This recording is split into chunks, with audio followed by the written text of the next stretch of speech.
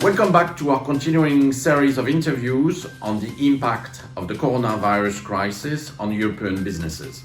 After 4 weeks, this crisis is throwing up new challenges. We are asking European business leaders how they are answering those challenges. How do we effectively manage home working employees? How should we adapt our strategy for a longer term period of confinement? How is the inevitable recession going to affect companies' cash flow?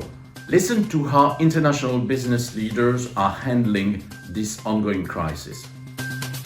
It is my pleasure to introduce you to Elias Drakopoulos. Elias is based in Prague and he's the Chief Executive Officer of the operational leasing company Business Lease.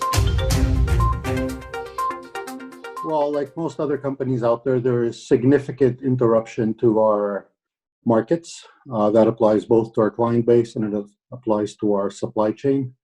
We have to continue to operate fully, but of course our approach now is completely different.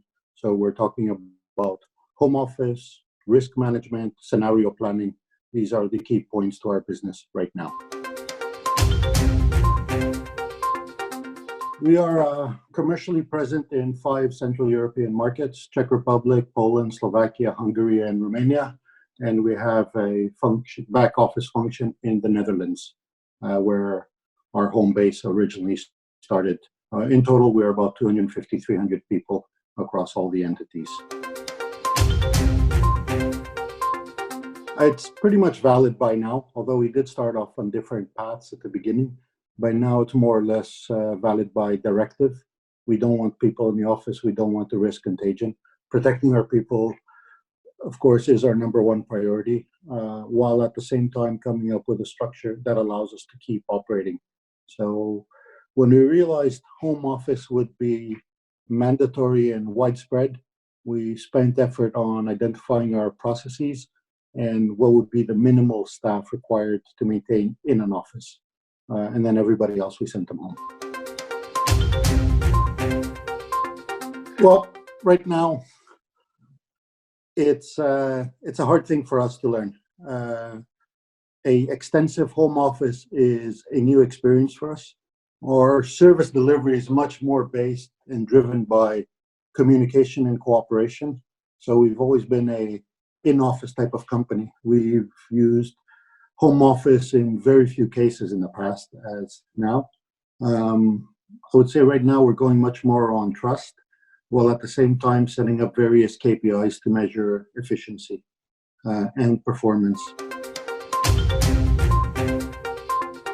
What we have seen so far, if we look at the value chain, if we start off at the commercial area, what we see is that account management is proceeding as it always has been. Customers still need to keep their cars running, still expect the same level of service, but our acquisition efforts are drying up pretty quickly. What we also see in our back office in terms of servicing vehicles, our clients are not driving. Driving is down to about 50%. Accidents are down to about 1/3 of what they were before. I guess partly because there's less cars on the road.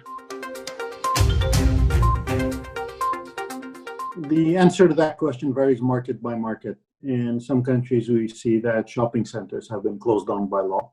Therefore, anybody that is very active in shopping centers and only has a presence in shopping centers has just seen their revenues decline to absolute zero right now. So unless they have a very strong online presence, they will suffer in the coming period.